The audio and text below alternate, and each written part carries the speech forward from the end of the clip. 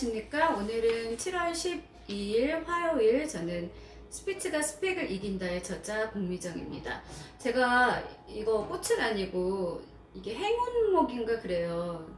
약간 작은 사이즈도 있고 되게 큰 사이즈도 있는데 일부러 여기다 좀 놨어요. 이게 너무 밋밋하니까 이렇게 치우면 이제 책이 나오죠. 이 정도만 할까요? 책 좀 보시게. 제가 다 읽는 책들입니다. 책만 봐도 꼭 부자 된 것 같고 너무 행복해요. 돈보다도 책이 더 좋네요.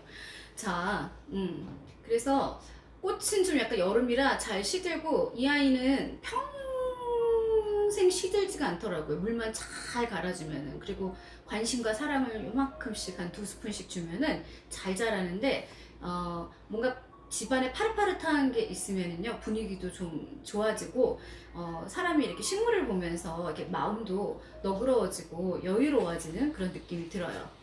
자, 오늘은 요즘 사람들이 되게 싫어하는 거예요. 옛날만 해도 안 그랬죠. 문자나 뭐 요즘에 그 흔히 말하는 우리 카톡? 까나리톡? 네, 그런 거 없었는데, 카카오톡도 요즘에 좀 약간 그 곤란한 상황에 처했죠. 그 구글에서 이제 원래 앱을 그 플레이스토어를 지원을 해주는데, 뭔가 약간 미운털이 박혔는지 우리가 사용하는 카카오톡을 앞으로 사용하지 못할 수도 있다. 그래서 자체적으로 앱을 개발하려고 좀 노력 중인 것 같더라고요. 항상 어딜 가나 이해관계가 있거나 이권이 있거나 돈이 얽힌 곳에서는요, 정말 아수라장이에요. 진짜 다들 자기들 권리만 주장을 하죠. 이쪽 말 들어보면은 이 사람 말이 맞는 것 같고, 저 사람 말 들어보면 저 사람 말이 맞는 것 같고, 가끔 좀 현명하게 그 판단할 수 있는, 식별할 수 있는 그 능력이 세상에서 가장 좋은 그 능력 아닐까, 그런 생각을 할 때가 있습니다. 자, 전화통화인데요. 전화통화는 예의의 표본입니다. 옛날 영화를 보노라면 우리나라뿐만 아니라 미국, 프랑스 등 선진국에서도 전화로 인해 생기는 갖가지 에피소드가 등장하곤 합니다. 그러니까 어릴 때 기억나시나요? 좀 연배가 있으신 분들은 그 전화가, 제가 전 영화에서 봤어요. 이렇게 교환을 이렇게 이제 연결을 해가지고 이렇게 바꿔주는 그런 시스템이 있었더라고요. 그 일자리도 지금은 사라졌죠?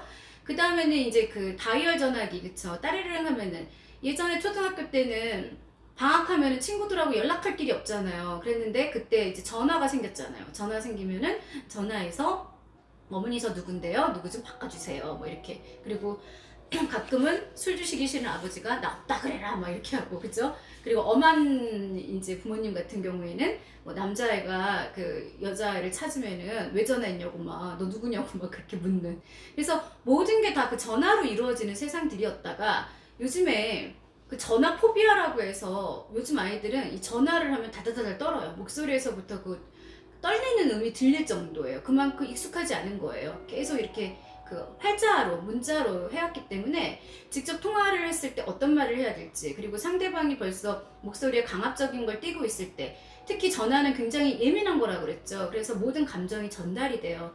전화 잘못하면은 큰 싸움까지, 정말 개싸움 납니다. 네. 주로 공중전화에서의 일이죠. 공중전화, 추억의 공중전화 지금도 있나요? 가끔 있었던 것 같은데, 아예 없애지는 못했을 것 같은데, 기억이 나요. 빨간 전화통에서 이제 파란 전화통으로. 그래서 예전에는 뉴스에 가끔 전화기에서 앞에서 계속 전화해가지고 막 칼부림 나는 그런 흉흉한 뉴스도 있었잖아요. 지금은 이제 그런 일은 없겠지만, 그리고 돈 떨어질 때 되게 아깝잖아요. 막 달달달 떨잖아요. 막 50원, 100원 남아있을 때. 그리고 지나가다가 공중전화에 돈 남아있으면 또 걸 데도 없는데 아무데나 걸고 돈 아깝다고, 그랬던 기억이 있네요. 오랜 시간 전화기를 독점하는 사람들로 인해서 여차하면 티격태격, 볼썽사나운 언쟁이나 주먹다짐으로 번지는 것 등이 바로 그것입니다. 당연히 휴대전화기가 없던 시절의 얘기입니다.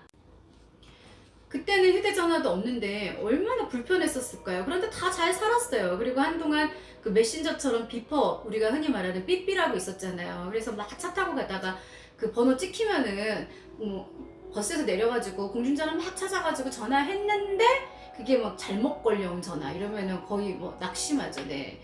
그리고 영화에서도 보면은 뭐 공중전화 같은 경우는 이렇게 추적이 안 되니까 뭐 폭발물을 설치하고 있다, 아니면 뭐 유괴전화, 내가 뭐 네 아이를 데리고 있다, 뭐 이런 거.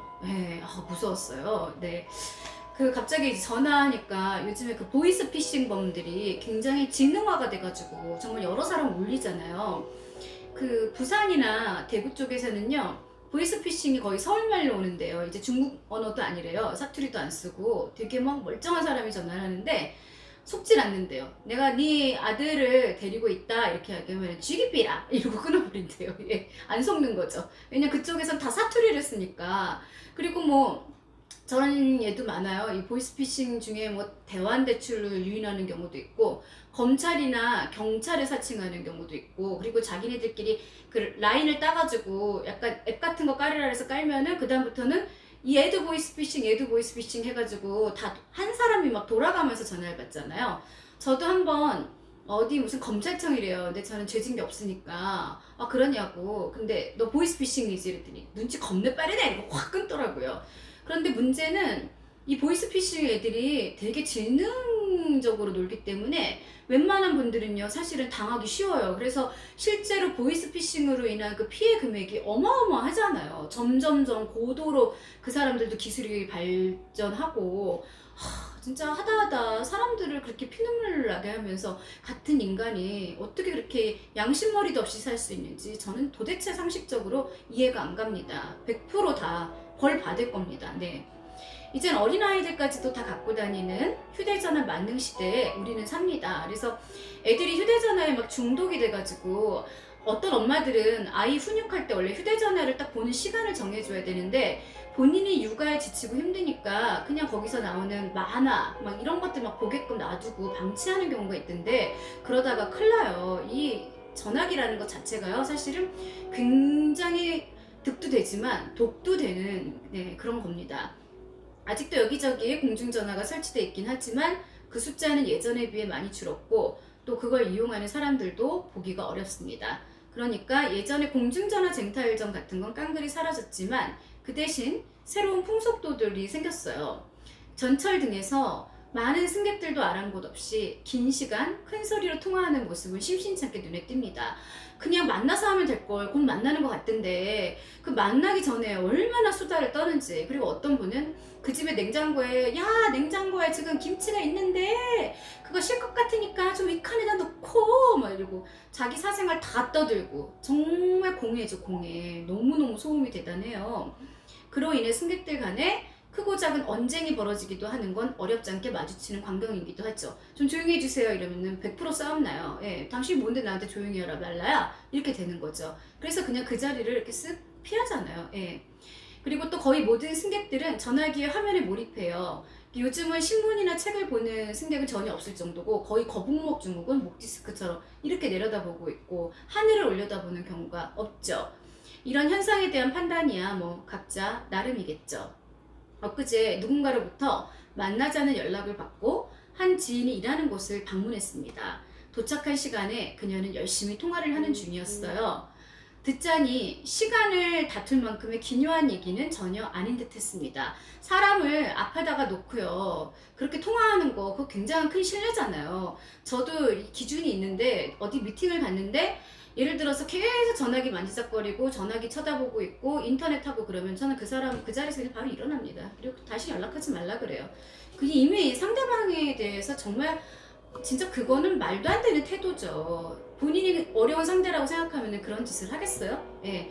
급한 전화가 있어서 미리 익스큐즈 하는 건 괜찮아요. 나는 이제 장사를 하는 사람이니까 뭐 전화를 받을 수도 있으니 그 점은 이해해 주세요 하면 누가 뭐라 그래요. 그것도 아니고 그냥 막 수다 떨고 사람 앞에다 놓고 꺼다는 보리자루처럼 놓고 너스레 떠는 것 자체는 그거는 말로 표현할 수가 없어요. 참 안 좋더라고요 보기가. 네. 그러나 저와 이제 힐끗 눈이 마주친 그녀는 그런데도 통화를 계속하더라고요. 이게 무슨 일인가 했죠. 도대체 나를 왜 불렀으며 이 귀한 시간에, 시간이 돈이잖아요 사실. 이 세상에서 사람들은 돈이 아깝다 그러죠. 사실은 시간이 제일 아까운 거예요. 그 귀한 시간을 그러면 용건도 없으면서 왜 사람을 불러다가 그렇게 무례한 짓을 하는지 도대체 제 상식으로는 이해가 안 가더라고요. 긴 시간을 통화를 하면서도 양해는커녕 기다리는 동안 편히 앉아 있으라는 등의 손짓 하나도 없었습니다. 그것만 봐도 예절 교육이나 기본을 어떻게 배웠는지 뻔히 알 수 있는 거죠. 그런 사람들하고의 앞으로의 교류는 없겠죠. 순간 상대방으로부터 몹시 멸시당한다는 생각이 들어서 기분이 개운치 못했던 게 솔직한 심정이었습니다. 하나의 사소한 신뢰를 든 거지만 전화 통화하는 태도가 그 사람의 예의범절 수준과 인격을 평가할 수 있는 일정 수준의 잣대 역할을 한다고 말한다면 지나친 억측일까요? 여러분들의 생각은 어떤지 굉장히 궁금합니다. 휴대전화 만능 시대예요. 그런데 요즘 오히려 전화를 하면 극도의 긴장감과 스트레스 받는 분들 많고요. 건물주 같은 경우에는 뭐 고쳐달라는 전화를 밤 9시 이후에 우리 어렸을 때 전화하면은 그거 신뢰 된다고 배웠잖아요. 예의 어긋난다고. 근데 밤 12시, 1시에도 본인들이 급하면 이기주의 만능 시대인 거죠. 뭐 수도 망가졌어요. 뭐 전기 망가졌어요. 하고 막 전화를 한대요. 노이로제가 걸릴 정도래요. 전화기를 보면은 띠리링 울리는 벨 소리를 듣는 순간 막 가슴이 콩닥콩닥 거린다고 하더라고요. 그리고 전화 매너를 배우지 않는 요즘 세대의 친구들은요, 전화를 했을 때 그 상대방의 태도에 따라서 내 기분이 이렇게 흔들흔들 왔다 갔다 합니다. 그렇기 때문에 웬만하면 통화를 안 받으려고 막 노력하는 친구들까지 봤는데, 그래서 언어 능력도 점차 소실되어 가는 거죠.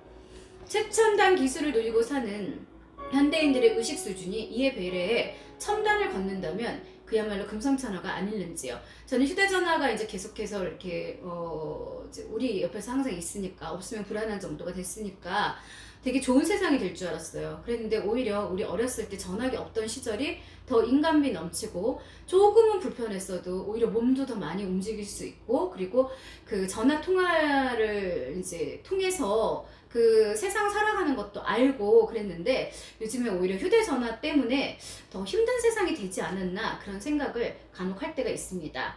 의식의 선진이 우리나라가 진정한 선진국으로 가는 최단의 지름길이기 때문입니다. 네. 자, 그래서 화요일 저는 여기서 인사드리고요. 지금까지의 내용이 도움이 되셨다면 구독과 좋아요 부탁합니다. 감사합니다.